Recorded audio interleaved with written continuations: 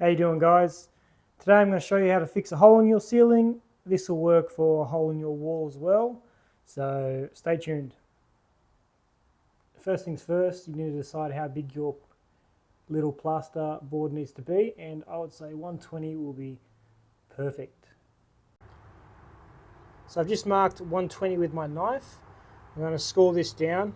I need two pieces at 120 by 120, so we'll score this down a fair bit and get two pieces out of it. So I've just scored it all the way down, straight as possible, but it doesn't need to be because it's the plasterboard. And now we'll just score the other way, cut it off, and we'll be good to go. Alright, I have just cut my two pieces out. Now I'm going to show you a little trick that most tradespeople do, but most DIY people do not, and that is just cutting around the edge to create sort of a V joint to allow as much compound as possible into the joint. So I'll show you what that means right now.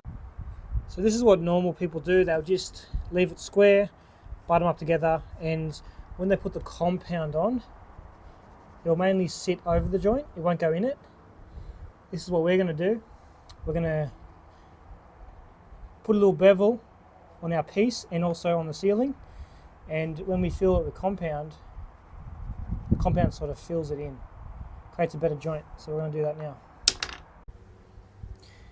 So as you can see, we've done it on both pieces because I have two holes. So just put a little edge on around it all. So you can see we did that on both pieces. We've put a little bevel around the whole edge. We also need to do this on the ceiling as well to create that V. But now we're going to go trace this on the ceiling and start cutting out the hole in the ceiling.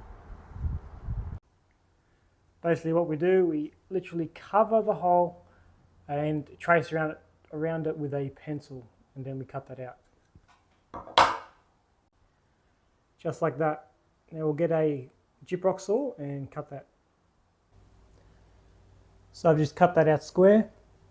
Now I need to put some timber across it as the backing to screw it onto.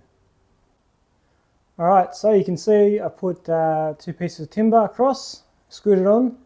Now we're ready for some base coat plaster. When you're shopping for plaster, the first coat is always the base coat.